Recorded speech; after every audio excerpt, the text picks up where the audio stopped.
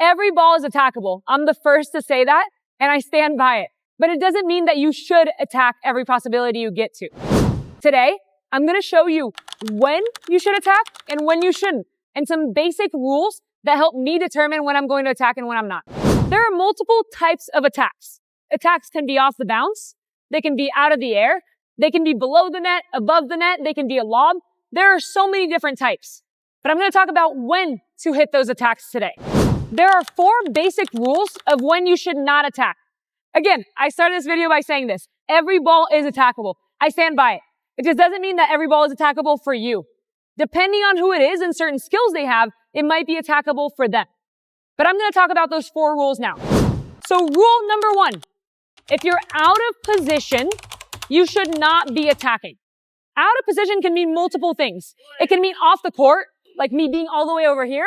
If I attack, I'm going to open up the middle of the court, and they're going to have an easy option to put the ball away. It can be from mid-court. If I'm all the way back over here and I'm attacking, if it's low to high especially, it's probably going to come back towards my feet. And that makes things very, very difficult. So out of position can mean multiple things. Okay? That's one of my rules on when you shouldn't attack.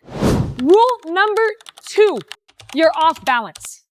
This one, it's a little bit harder to measure than out of the court, right? Off the court. Because off balance most of the time means you're not in full athletic position or in control of your body. What do I mean by that?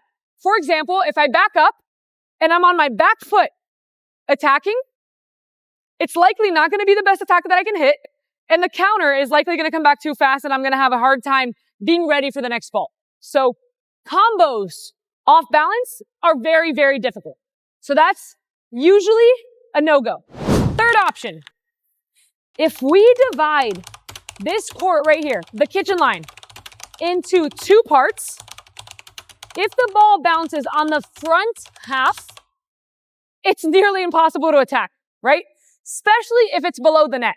So a ball from here, if you try to attack, it's almost always going to hit the net. Now, again, it's not impossible.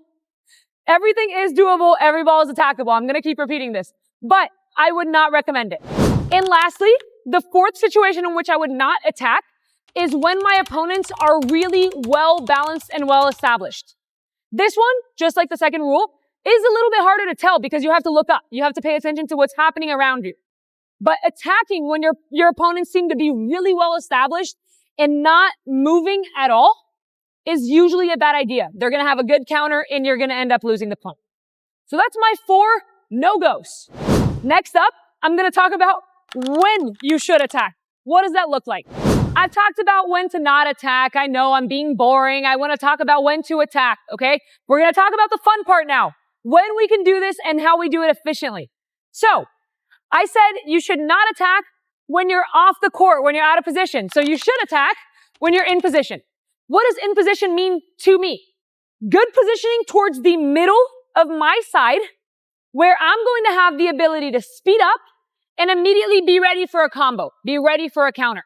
So I'm in position within my standards. My standards might be different than yours. So it's super, super important for you to determine where your positional standards are so that you have this rule set in your head as well. Second one, well balanced. People tell me this all the time. You're never well balanced when you speed up. You're hitting flicks from your shoelaces. And you're absolutely right. I'm not well balanced half the time. And that's on me. I need to be better. Okay? But my reach and my comfort with my arms stretched out is pretty good in comparison to others. So my well balanced is a little bit more extreme than a lot of other players, a lot of other amateurs. So me reaching here, even though most of my weight is on my left foot, it's still a good option for me to attack. I feel like I'm well balanced and I can flick and immediately be ready for the counter that's coming back. So once again, you need to figure out your standards. When are you well balanced enough and feel like you'll not only have a good hit on your first attack and immediately be ready for that combo to put the ball away. Third one, I talked about when the ball is super short to not attack from here. Now, the only exception is when they're really not ready, right? So you would kind of just poke it at them. I don't love that option. You'll see some pros doing it, but it is something that can be done.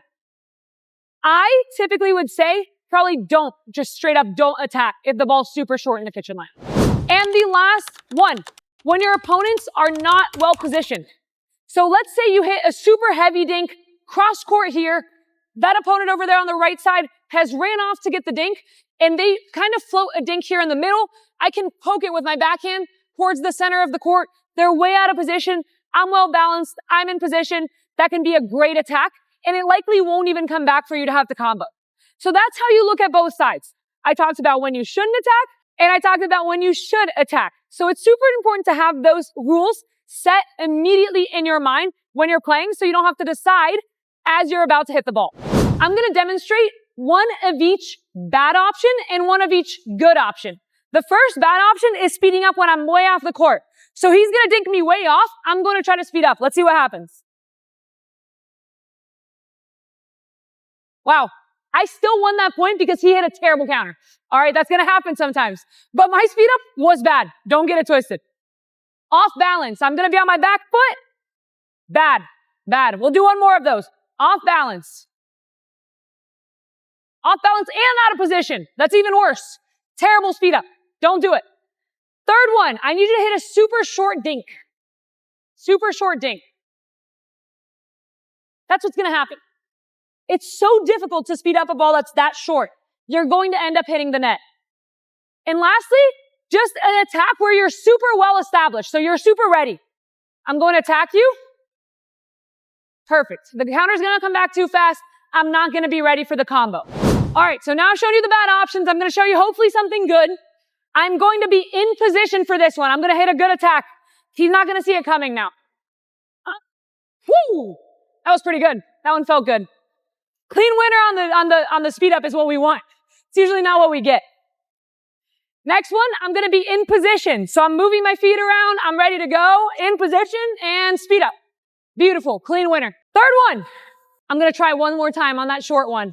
And as I said, I still don't think you should do it. That's a little deep. Let's see, a little shorter. Oh, it's close, right? As I said, every ball is attackable. I just don't recommend going for that. And lastly, my opponent is out of position. So I'm going to dink you wide and then I'm going to speed up. Dinked out wide and speed up. He's not there. I've opened up the court. I found space to be ready for that 1-2. Those are the demonstrations of the good and the bad. Obviously, it's not always going to work out perfectly if you do the right thing, but it's almost always going to work out badly if you do the wrong thing. Now that you heard my basic rules for when to attack and when to not attack, implement it immediately into your game.